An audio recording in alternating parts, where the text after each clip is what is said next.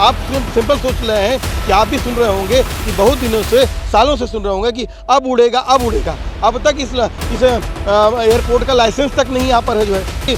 यहाँ के SDM है, DM है, ये जो अफवाह फैला रहे हैं इनके खिलाफ तो मुकदमा होना चाहिए, इनके खिलाफ कार्रवाई होनी चाहिए। जब तक ग्राम सभा तैयार नहीं होती है तब तक कोई ज़मीन नहीं ली जा सकती, इसका अधिग्रहण नहीं किया सकता है। कि ये सबसे पहले कुछ पढ़े लिखे हो जो है, नाटक नौटंकी करने से ज़्यादा पढ़ना लिखना भी जरूरी होता है। वो सांसद बन गए हैं, ये इतना बेशर्म प्रधानमंत्री है ना कि जनता अपनी मांग को विरोध कर रही है, अपनी बातों को कर रही है, उनको गाली लगता है।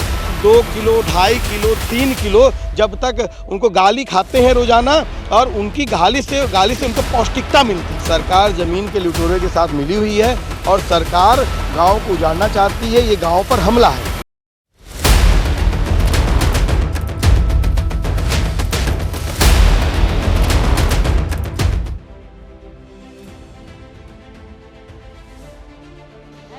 नमस्कार, बदलेगा भारत देख रहे हैं आप। इस वक्त आजमगढ़ ज़िले के जमुआ हरिराम गांव में है, खिरिया वाली बाग है और यहां पर राजीव यादव हैं।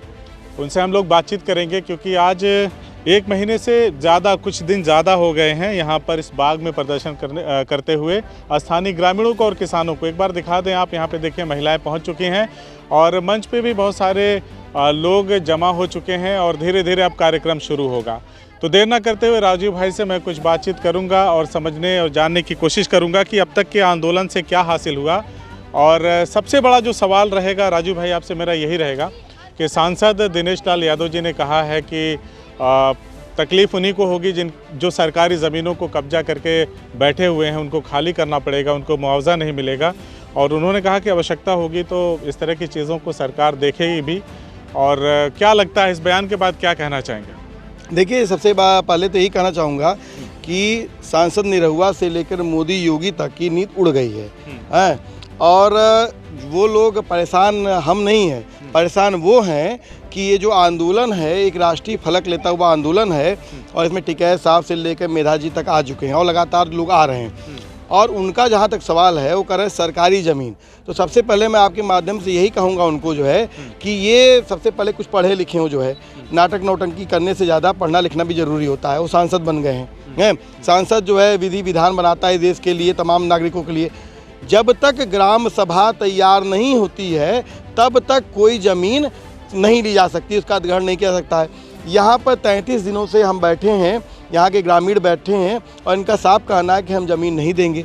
अब सांसद जी कहते हैं कि ये लोग हड़प कर बैठे हैं, तो मैंने ये तो उन्होंने कहा कि जो सरकारी ज़मीन पे, सबको नहीं कहा है। नहीं, वही मैं कह रहा हूँ ना कि सरकारी ज़मीन को फिर परिभाषित कर दें। क्या कहते हैं योगी आदित्यनाथ जी, मोदी जी जो है कि क्या कहते हैं सरकारी ज़मीन होती क्या है। अब क्या जो मामला है कि चाहे कहीं पर भी, अगर कहीं पर भी आप लोग जो अगर बड़े बड़े शहरों में भी जहाँ झुग्गी झोपड़ी ला कर रहते हैं लोग, उनका भी पुनर्वासन किया जाता है, उनके लिए भी मकान की व्यवस्था की जाती है। ये तो सीधे सीधे गुंडई की भाषा है कि हम जो लोग हैं उनको हम नहीं देंगे। अब ये बता दें वो जो है कि जो यहाँ पर लोग हैं अगर उनके पास ज़मीन नहीं है, अगर ज़मीन नहीं, उन्हीं की बात मान लें, तो सरकार की जिम्मेदारी है उनको ज़मीन देने की, कि अडानी अंबानी को जिम्मेदारी है ज़मीन देने की, कि एयरपोर्ट के नाम पे ज़मीन देने की जिम्मेदारी है। एक तो ये है और दूसरा ये पूरा का पूरा फालतू उनका कहना है। लोगों की यहाँ ज़मीनें हैं, लोगों के नाम से ज़मीनें हैं और लोग उस ज़मीन की लड़ाई लड़ रहे हैं। और साफ तौर पर जो मुआवजे का सवाल वो कह रहे हैं कि 4 गुना मुआवजा, यहाँ के लोग मुआवजा नहीं देना चाहते हैं। और अगर इतना ही विकास की उनको चिंता है तो चले जाएं जो है गाजीपुर, वहाँ जाकर विकास कर लें। और उन्होंने इस बात को भी अपने बोला है, मैं किसानों के साथ हूँ। तो किसानों के साथ कहाँ है वो जो है? अगर किसानों के साथ हैं और उनको नहीं समझ में आ रहा है तो आके यहाँ पर माताओं बहनों से बात करते, भूमि अधिग्रहण कानून के बारे में उनको बताती हैं जो है। इन 33 दिन से आजमगढ़ में पड़े हैं, जगह जगह शूटिंग करते रहते हैं, उनको शूटिंग से फुर्सत नहीं मिल रही है। आकर के यहाँ पर 5 मिनट आके बात कर लेते तो शायद उनका क्लियर हो जाता विजन जो है। एक डेलीगेशन यहाँ से आप लोगों के बीच से उठ के गया था दिनेश लाल जी यादव से मिलने के लिए, तो उन्होंने क्या कहा था उस वक्त? देखिए, उन्होंने आश्वासन दिया इन लोगों को जो है और उस आश्वासन का कुछ भी अब तक नहीं है। और वो खुल करके लगातार यहाँ के लोगों को बोलते हैं, कभी बोलते हैं कि बेवकूफ़ हैं और कभी बोलते हैं कि ज़मीन हड़प कर बैठे हैं। तो सबसे बड़े मामला है कि जो बेवकूफ़ी एक तो हुई है कि उनको जो यहाँ का सांसद बना दिया गया है।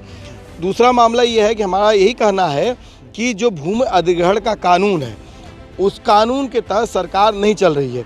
हम यहाँ के डीएम को भी इस बात को कहे हैं कि साफ साफ यहाँ की जो पंचायतें हुई हैं उन्होंने साफ साफ कहा है कि यहाँ के ज़मीन यहाँ के किसान नहीं देना चाहता है, तो क्यों नहीं आप जो मंत्रालय हैं, जो भी अथॉरिटीज़ हैं, उनको यहाँ के डीएम साहब भेजें जो है, क्योंकि डीएम साहब को तो नहीं लगता है कि इनसे बात करने के आना चाहिए, इसीलिए तो नहीं आ रहे हैं। तमाम लोग, मेधा पाटकर से लेकर राकेश टिकैत तक सबने उनसे मिलने का प्रयास किया, लेकिन वो नहीं मिल रहे हैं। आखिर में क्यों मुँह चढ़ा रहे हैं?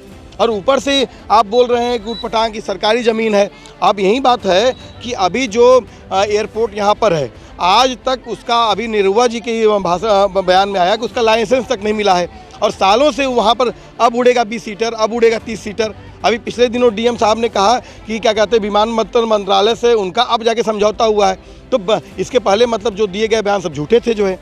तो साफ तौर पर है कि समानता क्यों नहीं है? जिला प्रशासन कुछ कहता है, जनप्रतिनिधि कुछ कहते हैं, सरकार की तरफ से कुछ बातें निकल के आती हैं, तो ये सारी चीज़ें मिलकर के क्या नक्शा तैयार होता है? आप लोगों के जहन में क्या खाका तैयार होता है? आखिर होना क्या चाहिए, हो क्या रहा है? देखिए, साफ तौर पर है, सरकार ज़मीन के लुटेरे के साथ मिली हुई है और सरकार गाँव को उजाड़ना चाहती है। ये गाँव पर हमला है, और भारत गाँव का देश है, और गांव के लोग अपने गांव को बचाने के लिए लड़ रहे हैं, और ये ऐतिहासिक लड़ाई है। बिरसा मुंडा से लेकर तमाम लोगों ने लड़ा, तमाम लोगों ने शहादतें दी, और आज का ऐतिहासिक किसान आंदोलन ने भी इस बात का निर्णय लिया है कि मंदरी एयरपोर्ट का सवाल उसके प्रमुख एजेंडे में होगा। और 26 तारीख को जो राजभवन का घेराव होने जा रहा है, उसमें भी मंदरी एयरपोर्ट का जो सवाल पे जो है, 26 तारीख को कौन घेराव? 26 नवंबर को संयुक्त किसान मोर्चा जो है राजभवन का घेराव करने जा रहा है, और उसमें भी मंदरी एयरपोर्ट का जो सवाल है कि इसके विरोध में जो विस्तारीकरण के खिलाफ यहाँ किसान बैठे हैं, इस सवाल को लेकर घेराव राजभवन का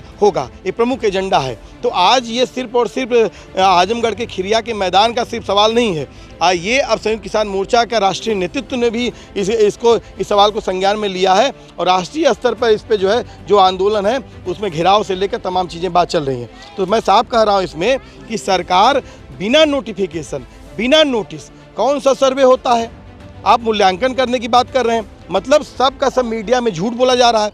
दरअसल इनके ऊपर होना चाहिए कि जो भी यहाँ के एसडीएम है, डीएम है, ये जो अफवाह फैला रहे हैं, इनके खिलाफ तो मुकदमा होना चाहिए, इनके खिलाफ कार्रवाई होनी चाहिए। आप सिंपल सोच रहे हैं कि आप भी सुन रहे होंगे कि बहुत दिनों से, सालों से सुन रहे होंगे कि अब उड़ेगा, अब उड़ेगा। अब तक इस एयरपोर्ट का लाइसेंस तक नहीं यहाँ पर है जो है। और दूसरा मैं आपके माध्यम से कहना चाहूँगा, big charter private limited company को इसका ठेका दिया गया है, और big charter private limited company भी 2014 में रजिस्ट्रेशन हुआ है, 2014 में मोदी जी को रजिस्ट्रेशन हुआ है। और मोदी जी क्या बोलते हैं? मोदी जी अभी बोलते हैं कि उनको 2 किलो, 2.5 किलो, 3 किलो, जब तक उनको गाली खाते हैं रोज़ाना, और उनकी गाली से उनको पौष्टिकता मिलती है।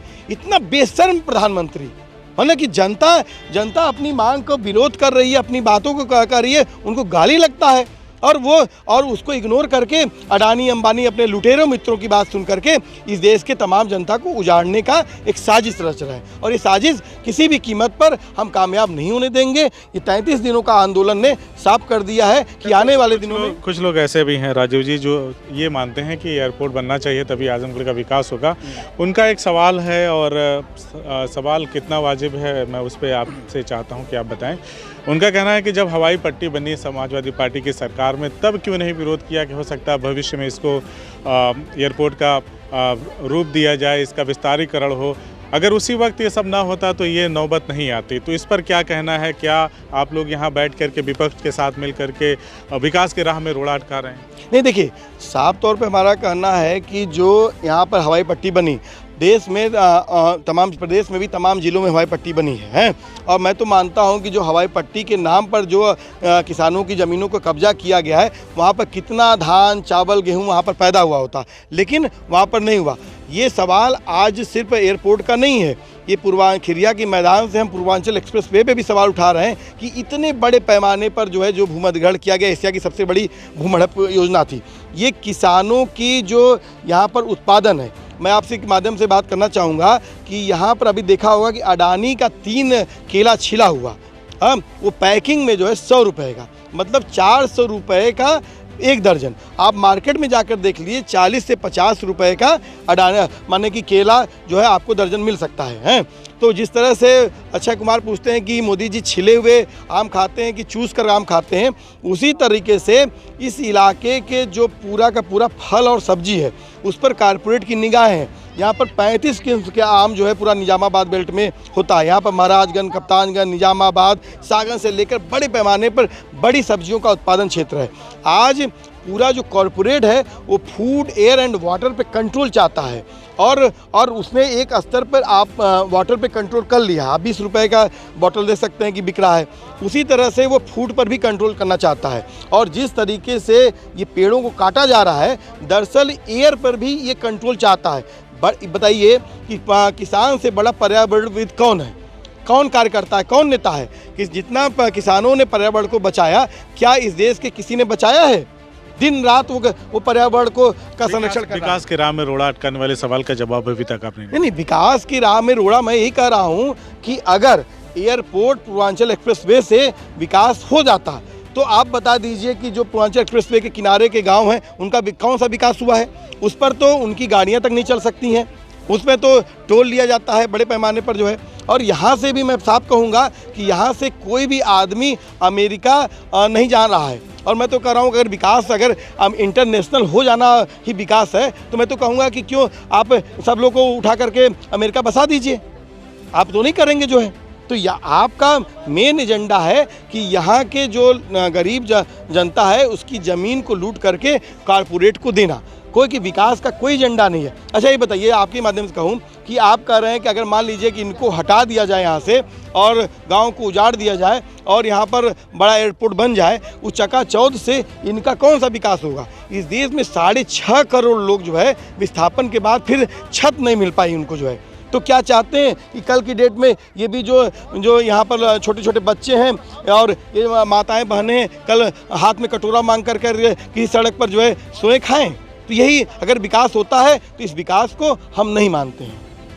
तो चलिए, हमने बात किया राजीव यादव से जो लगातार यहाँ पे सारी चीज़ों को देख रहे हैं। हर एक व्यक्ति, हर एक उस किसान नेता को यहाँ पे यथासंभव कोशिश कर रहे हैं कि यहाँ पे आएँ, किसानों की लड़ाई को उधार दें।